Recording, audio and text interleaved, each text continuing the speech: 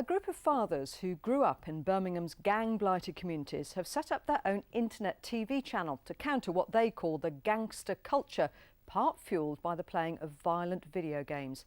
Gun crime in the West Midlands is more than twice the national average, while offences involving knives have nearly doubled over the past 5 years. BBC News Online's Caroline Gall has been investigating. Hello, you still okay to meet today? I'm Caroline Gall and I'm a journalist. I've written books about football hooligans, but today I'm meeting the men whose lives have been touched by Birmingham's gun and gang wars. I've been working on this for a long time. It's really hard to get people to talk about gun crime, particularly those who really know what they're talking about. Simeon Moore was just 16 when he was carrying a gun and being shot You're at. right, how you doing? Running through fences, you can hear ping going off the fences and that. But I think that was a scary. That was what I remember being a scary time. First time you probably have a gun around you, you'd probably be scared, but keep it on you for long enough, it becomes like nothing. It becomes like wearing a watch. Simeon had links to the Johnson crew. The other men sitting with him had family and friends in rival gangs.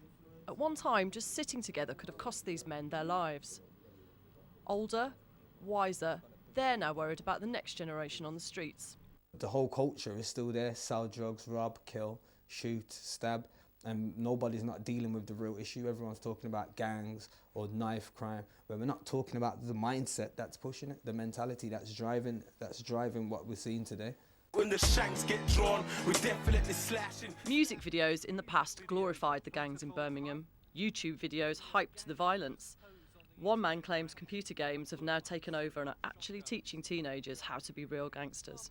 You can go into the gaming world, link up with your friends, form a gang, and go around killing and making money. And I've seen the young little teenagers doing it. 3 years ago, I seen some kids doing it. Now them same kids are involved in all of this post-Cold Wars because they've got the training. Big Stygs has his own music and clothing label.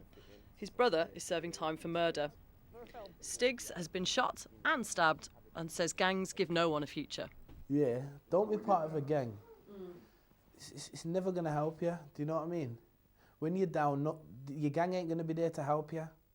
When you go prison or you're dying, your family needs someone, no, your gang ain't going to be there to help you. Simeon Moore is using his own rapping skills to preach the same message and has set up a YouTube TV channel which is already trying to combat gang crime. We've basically developed a YouTube channel, it's called That's TV. And so we're trying to make it look like what it really is and make other stuff helping and supporting your community look gangster. Because that's what gangster is really about. In old school times, the gangsters were helping and supporting their community, not destroying it. So let's go back to that. They're all dads in there. You could call them the godfathers of the gun crime scene in Birmingham. They've all now got the same message. The gangster lifestyle is no life. Question is, will the next generation listen? Caroline Gall, BBC Midlands Today, Birmingham. So how should gun crime be tackled? I'm joined by the West Midlands Police and Crime Commissioner, David Jameson. Good to see you, David. Thank you for coming in. Some very interesting ideas there in Caroline's report. But let's start with where we are at the moment. Last year you set up a task force. You earmarked £2 million to tackle gun crime.